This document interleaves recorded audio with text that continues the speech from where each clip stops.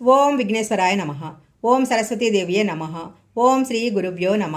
శ్రీ గురుచరిత్ర 27వ అధ్యాయం. నామధారకుడు పట్టరాని ఆసక్తితో తరువాత ఏం జరిగింది స్వామి అన్నాడు. సిద్ధుడు ఇలా చెప్పాడు. శ్రీగురుడు ఎంత చెప్పినా వారు వినలేదు. అప్పుడు శ్రీగురుడు వారితో, అలా అయితే మీ కోరిక ఇప్పుడే తీరుస్తాను అని అటుపక్కగా పోతున్న ఒకరిని పిలిచి, నీవెవరు, నీ కులమేది, నీ దేవురు, ఎక్కడికి పోతున్నావు అని అడిగాడు.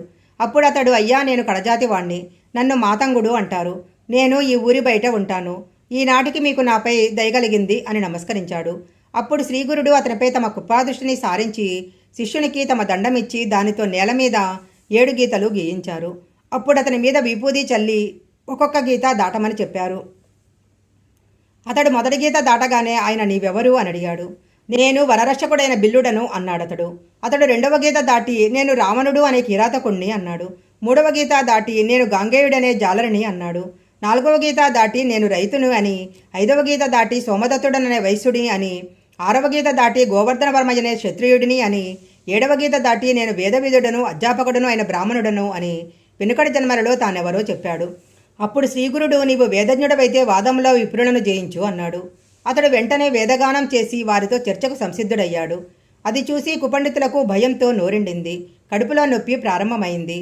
అప్పుడు వారి స్వామి పాదాలపై పడి, స్వామి, సాక్షాత్తు పరమేశ్వరుడైన మిమ్ము ధిక్కరించాము, బ్రాహ్మణులను దూషించాము, మాకు విద్య నేర్పిన గురువు ఆదేశం ఉల్లంఘించి మ్లేచుల ఎదుట వేదం చెప్పి అతని సత్కారానికై ఆశపడ్డాము. మీరు సర్వసమర్థులు, మీ మహిమ తెలుసుకోవటం మా తరం కాదు, మమ్మల్ని ఉద్ధరించండి అని వేడుకున్నారు. అప్పుడు స్వామి, మీరు బ్రాహ్మణ దూషణ ధర్మోల్లంఘన చేసి ఎందరినో బాధించారు, ముందు జన్మలో బ్రహ్మరాక్షసులవుతారు, చేసిన కర్మ అనుభవించక తప్పదు కదా అన్నారు. అప్పుడు వాళ్ళిద్దరూ శ్రీగురుని పాదాలపైన పడి తమను కరుణించి తరుణోపాయం చెప్పమని ప్రార్థించారు. అప్పుడు స్వామి, విప్రులారా, మీకు పశ్చాత్తాపం కలిగింది కనుక మీ పాపంలో కొంత భాగం నశించింది. మీరు బ్రహ్మరాక్షసులుగా 12 సంవత్సరాలు జీవించాక ఒక బ్రాహ్మణుని వలన వేదములోని నారాయణ వాకం వినటం వలన పిశాచత్వం తొలగి ద్విజులై సద్గతి పొందుతారు అన్నారు. వారు శ్రీగురుని వద్ద సెలవు తీసుకొని గ్రామ పొలిమేరకు చేరేసరికి వారిద్దరికీ గుండె నొప్పి వచ్చింది. నదీ తీరానికి చేరేసరికి అది తీవ్రమై మరణించి రాక్షసులే 12 సంవత్సరాలు అక్కడే నివసించారు. తరువాత అక్కడ ఒక బ్రాహ్మణుడు మంత్రం గుర్తురాక ఇబ్బంది పడుతుంటే వారు అతనికి నారాయణానువకం ఉపదేశించారు. తరువాత ఆ సద్బ్రాహ్మణుడు అది పఠిస్తుండగా విని ఆ పుణ్యఫలం వలన పాప విముక్తులయ్యారు.